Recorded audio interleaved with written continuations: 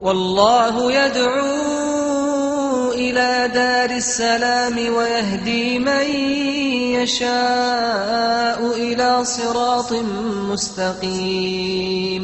Shawwâl. Sister Aisha wants some explanation just to go guide through these 6 days. Sheikh, what are we supposed to do in regards to this fasting? How important are they? I expect most of the questions to be focused on the issue of fasting the 6 days of the month of Shawwal, in order to gain the reward which is described in the hadith that the Prophet ﷺ said, whosoever observes fasting during the month of Ramadan, then succeeds that, atba'ahu, follows it immediately with fasting 6 days of the month of Shawwal, he shall receive the reward, he or she shall receive the reward of fasting lifetime for the entire dahr. The word dahr expresses the meaning of lifetime of the individual who fasts during Ramadan in the 6 days.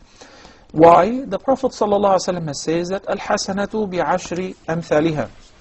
And Allah subhanahu wa ta'ala says, Surah Al-An'am, man ja'a bil hasanati falahu ashru amthaliha. There is a minimum reward for a good deed, 10 times more, multiplied 10 times. So if you fast during Ramadan, we'll assume it is 30 days times 10, that is 300.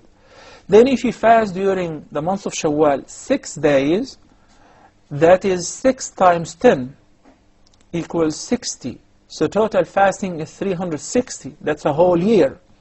If you keep observing that on annual basis, that means you have been fasting as far as the reward throughout your entire life. So Allah gives the reward of fasting on every single day for a person who fasts only 1 month per year, which is Ramadan, and 6 days of Shawwal, even though the total fasting is 36 days, or maybe 35 days if the month of Ramadan was only 29 days as it happened this year. So, now how can a person or can a Muslim observe fasting of the 6 days of the month of Shawwal? To answer also the following question of Brother Shakil. The hadith says, ثُمَّ أَتْبَعَهُ, then succeeds the month of Ramadan with fasting 6 days. So it recommends to follow the fasting of Ramadan immediately. Of course, Eid al-Fitr is only 1 day. It's called Yawm al-Fitr. Then the following days are regular days. So you may begin fasting the 6 days of Shawwal as early as the 2nd day of the Eid, because Eid al-Fitr is only 1 day. In many cultures, they assume that Eid al-Fitr is 3 days, because the government gives them a vacation for 3 days, and Eid al-Adha is 4 days, which is not true. Eid al-Fitr is only 1 day, which allows you to fast the 2nd day right after Eid, or the 1st day right after Eid, as a matter of fact. So, if you can do that, that's fine. And whether to fast them consecutively or spread them over throughout the month of Shawwal, it is optional, but it is best to fast them in a row.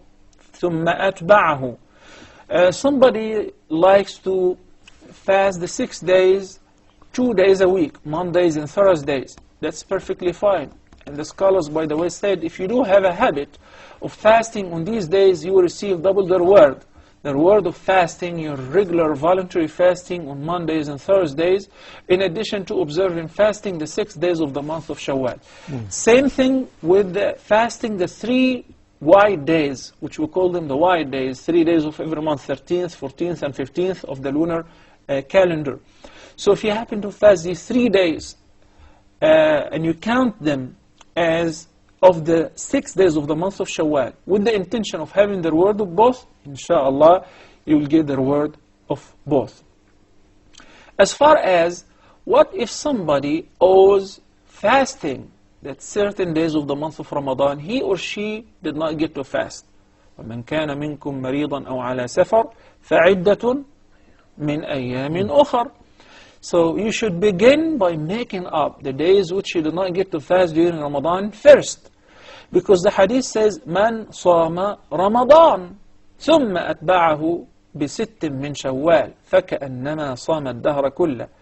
So the hadith stated that whoever fasts during the month of Ramadan, you have to complete the course, then follow that with fasting 6 days.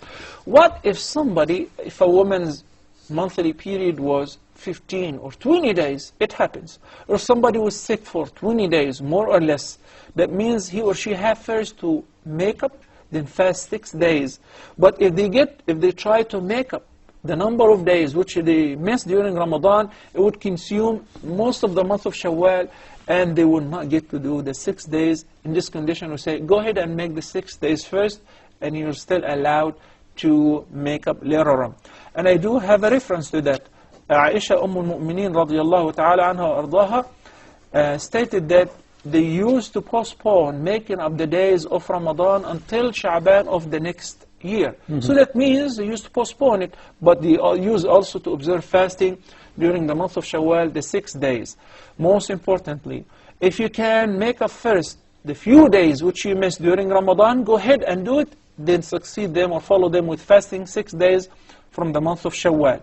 But if the time does not allow, and the month of Shawwal will finish before you get to do both, then begin with fasting the 6 days of Shawwal, and Allah knows best. I have to make it brief because there are several phone calls waiting.